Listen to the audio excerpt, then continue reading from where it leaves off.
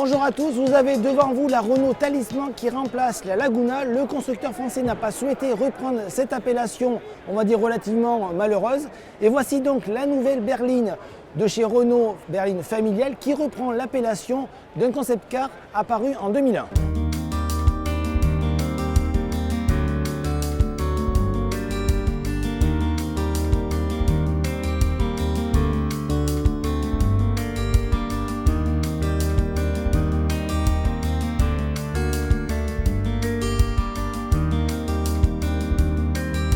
Alors cette Renault Talisman, au-delà de son appellation tout à fait inédite, se caractérise avant tout par une identité visuelle assez forte qui passe tout d'abord par des projecteurs feux de jour en forme de C.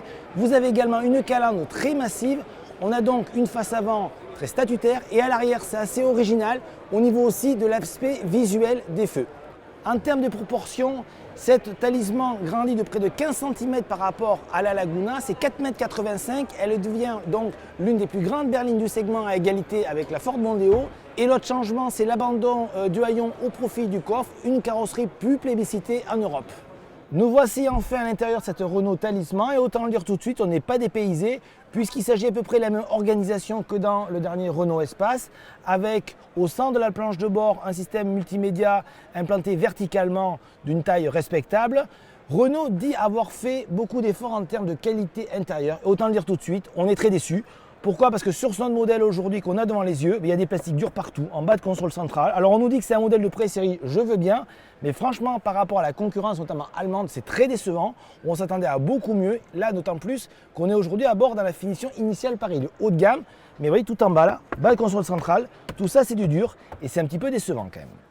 Avec un empattement de 2,80 m, comme vous pouvez le constater, aucun problème d'habitabilité à l'arrière de la Talisman, que ce soit au niveau de l'espace du genou ou de la garde-toit, c'est vraiment un bon point. Enfin, le constructeur français a mis l'accent sur les équipements. Vous aurez par exemple des 4 roues directrices avec un amortissement piloté, ainsi que par exemple l'affichage tête haute ou les sièges chauffants, massants et ventilés.